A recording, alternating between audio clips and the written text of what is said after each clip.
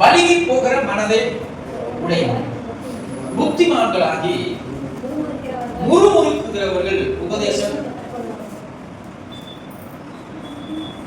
இந்த வசனத்துடைய அர்த்தம் உங்களுக்கு புரியுதா? ஒருத்தர் நம்ம வீட்டுக்குள்ள உட்காரவே மாட்டேங்கிறான்னு சொல்லிட்டா, நம்ம வீட்டுக்குள்ள உட்கார மாட்டேங்கிற ஒருத்தன், நம்ம பையன் உட்கார மாட்டேங்கிறான்னு வெயில்ல, அவனுக்கு வெளியே போகணுங்கிற எண்ணம் வந்துச்சுன்னா அவன் சொல்லுவான், கவனிங்க, உப்பசமா இருக்குது, என்ன இருக்குது, உப்பசமா இருக்குது, நான் வெளியே போறேன் அப்படிமா. நான் உடனே நம்ம ஒரு உதாரணத்துக்கு கூட உப்பசமா இருக்கா, இருப்பா ஃபேன் வைக்கிறேன், இல்ல வேற போட்டாலும் உப்பசமா இல்ல, ஸ்பீடா இருக்கு உப்பசமா, இன்னும் உப்பசமா, சரி ஏசி போடுறேன், ஏசி போட்டா இல்ல இல்ல எனக்கு ரொம்ப உப்பசமா இருக்கு. ஏன்னா அவனுடைய இருதயம் வேற பக்கம் போயிடுச்சு.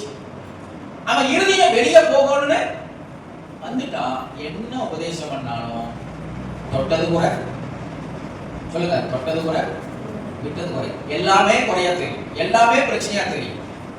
ஏன்னா வலிகி போகிற இருதயம், பிரிஞ்சு போகணும்னு ஒருத்தனுக்கு நினைப்பு வந்துச்சுன்னா அவனுக்கு எல்லாமே என்னவா இருக்கும்? சத்தமா சொல்லுங்க, குறையா இருக்கும். சேர்ந்து இருக்கணும்னு தோணுச்சுன்னா, ஐக்கியமா இருக்கணும்னு நினைச்சா, அன்பா இருக்கணும்னு நினைச்சா குறை கூட நிறைவா இருக்கும். ஆனா நீங்க என்ன உபதேசம் பண்ணினாலும் ஒருத்தர் விலகி போகணும்னு நினைச்சிட்டாங்கன்னா, நல்லா கவனிச்சு பாருங்க, ஒரு சின்ன காரியத்தை கூட குறை சொல்லுவாங்க. அதான் வசனம், வலிகி போகிற மனதை உடையவர்கள் என்ன ஆயிடுவாங்களா?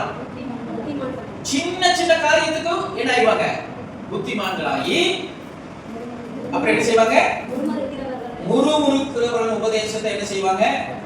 கற்றுக்கொள்வாங்க. சபையில சொல்ற உபதேசத்தை ஏற்றுக்கொள்ள மாட்டாங்க. பொறுமையாக, அன்பாக, ஐக்கியமாக, தாழ்மையாக, கீழ்ப்படி, இதை ஏற்றுக்கொள்ள மாட்டாங்க. ஏன்னா அவன் இருதயம் வலிகி போகிற இருதயம் உள்ளவர்கள் ஆயிடுச்சு. ஐக்கியத்தை விட்டு வெளியே போகணும்னு ஒருத்தர் நினைச்சிட்டாங்கன்னா அது ஐக்கியம் இல்லை, வேற ஏதாவது ஒரு காரியம். ஒரு பையன் நான் காலேஜ் இன்ஜினியரிங் காலேஜ் சேர்த்து விடுறதுக்காக, கம்பெனி காலேஜ் சேர்ந்ததுக்காக ஃப்ரீயா சேர்த்து விடுறதுக்காக ஒருத்தர் எனக்கு சொல்லியிருந்தாங்க. நான் கரெக்டா கஷ்டப்படுற ஃபேமிலி தான், நல்லா கவனிங்க, கஷ்டப்படுற ஃபேமிலி தான். அப்போ நான் அந்த பையனை பார்த்து கேட்டேன், தம்பி எங்க படிக்கிறேன், என்ன படிக்கிறேன், இன்ஜினியரிங் படிக்க போறேன். உடனே நான் சொன்னேன், எனக்கு ரொம்ப சந்தோஷம் ஆச்சுட்டு, நான் ஒரு காலேஜில் ஃப்ரீயா சேர்த்து விடுறேன், நல்ல காலேஜ் தான், ஃப்ரீயா சேர்த்து விடுறேன் அப்படின்னு சொன்னேன்.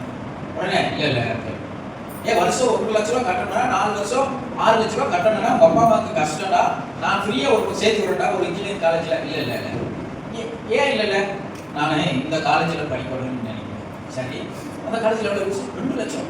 அப்போ 4 வருஷம் எவ்வளவு வரும்?